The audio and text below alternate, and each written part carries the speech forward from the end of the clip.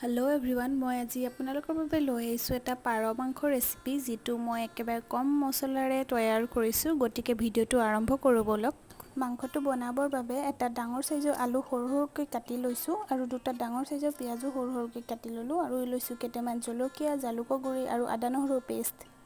এতিয়া এখন কেৰাহীত অলপ তেল গৰম কৰি তাত প্ৰথমতে আলুখিনি অলপ ৰঙচুৱা হোৱালৈকে ভাজি লম আৰু আলুখিনি অলপ ৰঙচুৱা হোৱাৰ পিছত মই হেখিনি নমাই থৈ দিম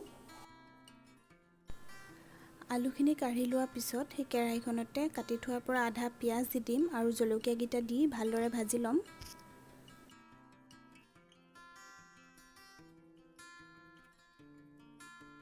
পিয়াজ আৰু জলকীয়াখিনি 1 মিনিট মান ভজাৰ পিছত ইয়াত মই মাংসখিনি দি দিছো আৰু এইখিনি এইদৰে 2 মিনিট মান মই ভাজি থাকিম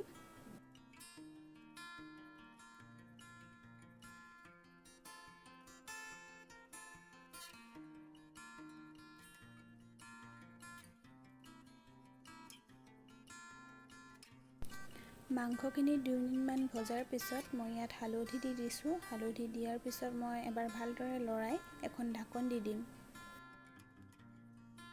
মাজতে ঢাকনখন উদঙাই মই মাংসখিনি ভালদৰে লৰাই তাতে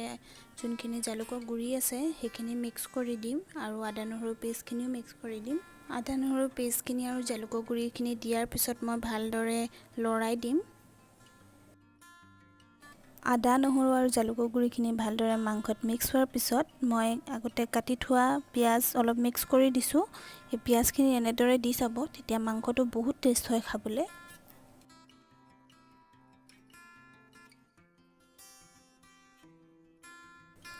এতিয়া মই সোৱাদ অনুযায়ী নিমখ দি দিম নিমখ দি ভালদৰে লৰাই দিম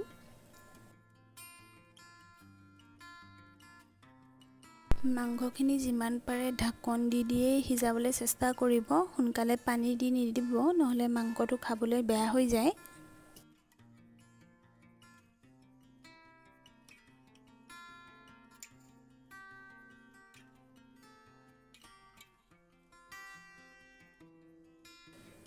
মাংসখিনি আধা সিজা হওঁতে আগতে মই যোনখিনি আলু ভাজি ৰাখিছিলো হেখিনি ভালদৰে ইয়াত মিক্স কৰি দিম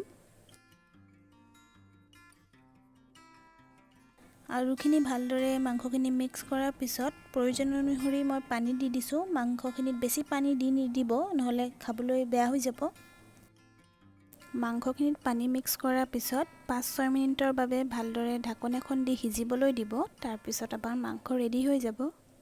যদি আপোনালোকে ভিডিওটো চাই ভাল পালে প্লিজ লাইক আৰু শেয়াৰ কৰি দিব আৰু মোৰ চেনেলত যদি নতুন হয় প্লিজ সাবস্ক্ৰাইব কৰি দিব